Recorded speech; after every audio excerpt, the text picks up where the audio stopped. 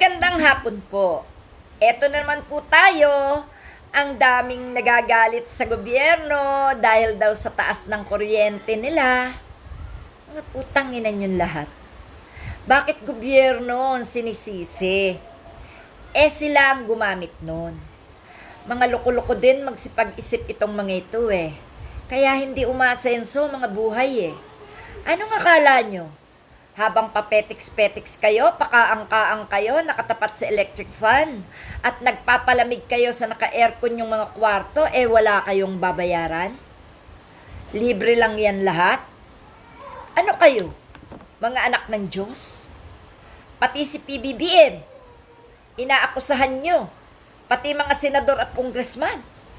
Anong pakialam nila sa ginamit mong kuryente, ha? Tingin ko nga, panlilihis lang ito na ginagawa ng issue kasi malapit na ma-impeach ang sinasamba nila. Kami dito sa Batelec, tumaas din naman ang rate. Lampas piso pa nga ang tinaas.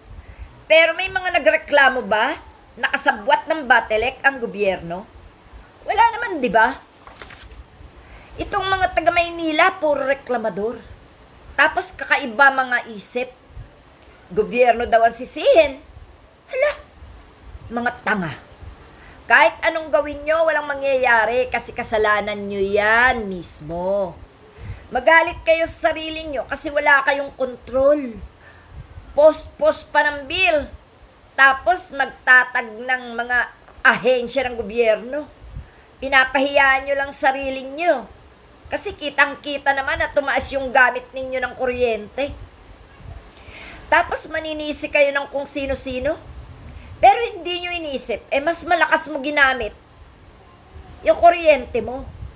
Bumili kayo ng solar kung may pera kayo. Pero sa ugali nyong reklamador, malamang mga wala kayong pera. Sabi ko nga sa inyo kung ayaw nyo magbayad ng kuryente, huwag kayong gumamit. Gets nyo?